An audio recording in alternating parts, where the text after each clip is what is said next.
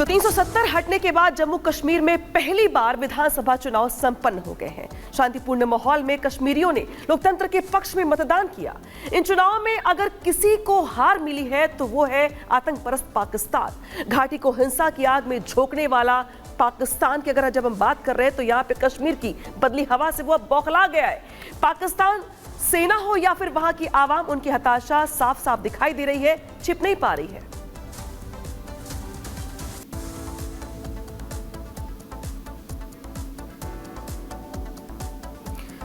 तो उधर पाकिस्तान की आवाम की अगर बात करें तो यहाँ पे कश्मीर के चुनाव को देखकर हैरान है। जिन्हें पाकिस्तान में पत्थरबाजी और फायरिंग दिखाई देती है, वहां मतदान करने वाले लोगों की कतार देखकर उन्हें अपनी आंखों पर यकीन नहीं हो रहा है। और यही वजह है कि पाकिस्तान हैरान है, परेशान है, नाराज है। रिपोर्ट दिखाते हैं।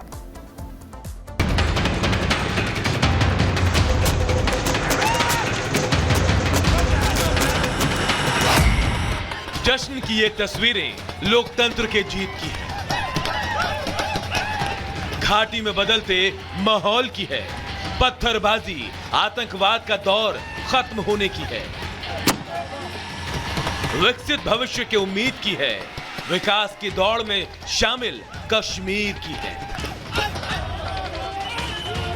इन तस्वीरों को देखकर जहां हर भारतीय राहत और सुकून महसूस कर रहा है, तो वहीं घाटी में आतंक के एक्सपोर्टर पाकिस्तान में गम और गुस्से का माहौल है। जिस कश्मीर को हिंसा की आग में झोंकने के लिए पाकिस्तान ने खुद को अपना घर तबाह और बर्बाद कर लिया, उसी कश्मीर में लोकतंत्र की बहती हवा पाकिस्तानी हुक्मरानों के गुस्से की आग को भड़का रही है। पाकिस्तानी यकीन नहीं कर पा रहे कि आखिरकार कश्मीरी अपने मुस्तकबिल का फैसला खुद कैसे कर सकते हैं। अभी तक पाकिस्तानियों का खुश होना बनता नहीं है। जब तक कि अगर कांग्रेस आ गई है तो अब कांग्रेस का आउटपुट देखते हैं ना, वो हमारे उनका जो 370 आर्टिकल है उसके साथ अब क्या करते हैं, दोबारा कश्मीर को हकूक मिलते हैं। इस बात पे दोबारा आते हैं कि उनसे ओपन इलेक्शन करवाया जाए, उनकी राय ली जाए कि वो पाकिस्तान के साथ जाना चाहते हैं, इंडिया के साथ जाना चाहते हैं या सेपरेट स्टेट बनाना चाहते हैं। तो तब उनका पता लगेगा कि वो कैसा रिस्पॉन्स देते हैं। पाकिस्तानियों का दर्द भी जायज है। एक जमाना था जब हिंसा और उग्रवाद ही कश्मीर की पहचान थी। अलगाववादी नेता साल भर होने वाली हड़तालों और बंद का कैलेंडर जारी करते थे। पाकिस्तान के पक्ष में नारेबाजी होती थी, युवा पत्थरबाजी करते थे। इलेक्शन के नाम पर सिर्फ चंद लोग ही मतदान करते थे। लेकिन धारा 370 हटने के बाद से ही अलगाववाद की बीन बजाने वालों पर नकेल कस दी गई। आतंक की मार झेल रहे कश्मीरी आवाम ने भी इस मुहिम में बढ़ चढ़कर हिस्सा लिया। पाकिस्तानी कश्मीर की बदलती फिजा को भाप नहीं पाए और अब लोकतंत्र की जीत पर अपनी छाती पीट रहे हैं। वहाँ पे जो इलेक्शन का रिजल्ट आया है, मैं समझ सकता हूँ कि चलो कांग्रेस और अब्दुल्ला एंड ऑल दैट, इनकी मेजोरिटी सीट्स आई हैं, बीजेपी की मिनोरिटी सीट्स हैं। मोदी को वहाँ पे कंपैरेटिवली शिकस्त हुई है। अच्छा। लेकिन शिकस्त किस तरह से है? वो जो उनको तकरीबन कोई 36% वोट पड़ा है, वो भी पड़ा है ना, वो 36% तो उनका ही हो गया, वो इनका हो गया। बाकी 64 किसका है? वो भी तो उन्हीं के ही लोग हैं। कांग्रेस भी तो उन्हीं की है, बाकी पॉलिटिकल पार्टीज भी तो उन्हीं की है। आपका कहने का मतलब है लॉन्गर पर्सपेक्टिव में अगर देखा जाए तो ये इंडिया की जीत है और इंडिया में गवर्नमेंट भी है मोदी की। ये अभी मोदी की जीत है और मोदी जब चले भी जाएंगे, अच्छा, तो बाद में भी इंडिया का जो भी मौजूदा प्राइम मिनिस्टर होगा, ये इंडिया की ही जीत रहनी है, क्योंकि ये इलेक्शन में तो इंडियन गवर्नमेंट ने कराए हैं। दरअसल बम्पर मतदान ने पाकिस्तान के सारे अरमान तोड़ दिए हैं। जम्मू कश्मीर में करीब 63% मतदान हुआ। आम लोगों ने बढ़ चढ़कर मतदान किया। किसी भी इलाके में चुनाव बाइकॉट नहीं हुआ। मतदान में हिंसा, आतंकी वारदात नहीं हुई। चुनाव परिणामों पर भी कोई सवाल नहीं उठा रहा। जबकि पाकिस्तान का इतिहास खुद लोकतंत्र की हत्या की घटनाओं से भरा हुआ है। पाकिस्तानी फौज के पास वहां का लोकतंत्र गिरवी रखा हुआ है। पाकिस्तानी फौज जिसे चाहती है वही वहां की सरकार की बागडोर संभालता है।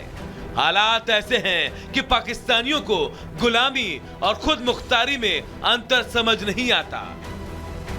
अपने हुक्मरान ना जिधर जाते उधर झोली फैलाते, खा जाते, गरीब आवाम ऐसे मारते। ठीक है, तो वो गरीबों हम फीस दे साढ़े रंगे थे दुबई में रहता है। अच्छा दुबई में रहते हैं। दुबई का वैसे किस लिए मैं आपकी पाकिस्तान तरफ के लिए आता हूँ बंद ये, किया? हाँ? किस लिए बंद किया वैसे? आप बताएं, मैं बताऊंगा तो कहा जाएगा क्या? अच्छा बताएं दुबई जरा। दुबई का वैसे किस लिए बंद किया? बोलता है आप लोग भीख मांगने इधर आता है। हाँ ऐसा ही है। आपका जो वजीर आजम है वो भीख मांगने आता है, ठीक तो है। बाकी तो सब भीख मांगने आते हैं। फिलहाल घाटी में लोकतंत्र की जीत का परचम लहरा चुका है। अलगाववादी अपनी अंतिम सांसें ले रहे हैं। पत्थरबाजी का कल्चर गायब हो चुका है। मतलब कश्मीर बदल गया है और पाकिस्तान देखता रह गया है। Bureau report, Republic Bharat.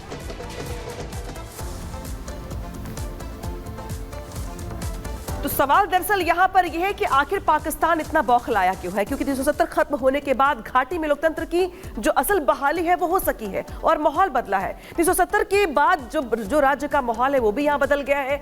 आतंकवाद की जो कमर है वो टूट गई है। सुरक्षा बलों ने आतंक पे यहाँ पर काबू पाया है, यहाँ पे लगाम लगाई है और अलगाववादियों पर नकेल कसी गई है। भारत का संविधान पूरी तरह से यहाँ पे लागू हुआ और संविधान से आम लोगों में आत्मविश्वास वापस लौटा। आतंक खत्म होने से लोकतंत्र ने यहाँ पे जड़ जमाई है और यहां पर लोगों ने अपने आप को आजाद न सिर्फ महसूस किया बल्कि जो उनका विश्वास है वो भी यहां पर बढ़ गया।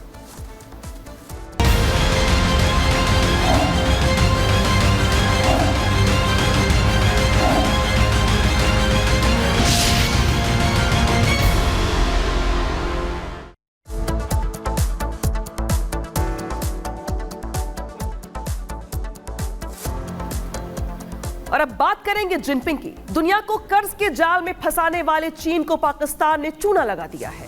भिखारी बनाने वाले पाकिस्तान में अरबों डॉलर लगाने वाले चीन के पैसे को लेकर के अब फंस गए हैं। उसके नागरिकों को भी जान के लाले पड़ गए हैं। चीनी नागरिक अब पाकिस्तान से भागने के रास्ते तलाश रहे हैं, तो वही चीन के भरोसे अपने तरक्की का रास्ता देखने वाले पाकिस्तान की भी तगड़ी मार पड़ने की आशंका पैदा हो गई है। पूरी खबर क्या है दिखाते हैं आपको।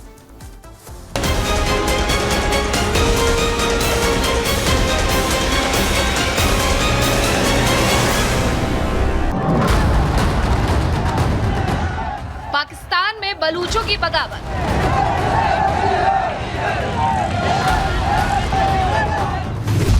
जिनपिंग के इंजीनियर्स की आई शामत।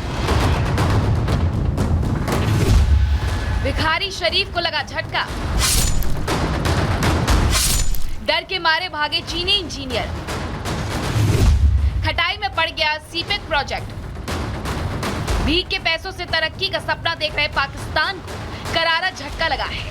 बलूच बागियों के खौफ की वजह से पाकिस्तान में काम कर रहे चीनी नागरिक अब अपना बोरिया बिस्तर बांध रहे हैं। चीनी पैसों से सीपेक बना रहे पाकिस्तान के लिए खबर एक बुरे सपने जैसी है। वहीं पाकिस्तान को भारत के खिलाफ एक हथियार के रूप में इस्तेमाल करने की चीनी सोच को भी भारी चोट लगी है।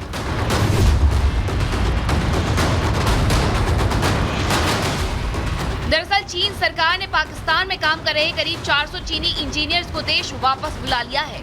ये इंजीनियर सीपेक से जुड़ी तमाम परियोजनाओं में काम कर रहे थे, लेकिन चीनी नागरिकों पर हो रहे हमलों की वजह से जिनपिंग सरकार ने अपने लोगों को पाकिस्तान से वापस बुलाने का फैसला किया है।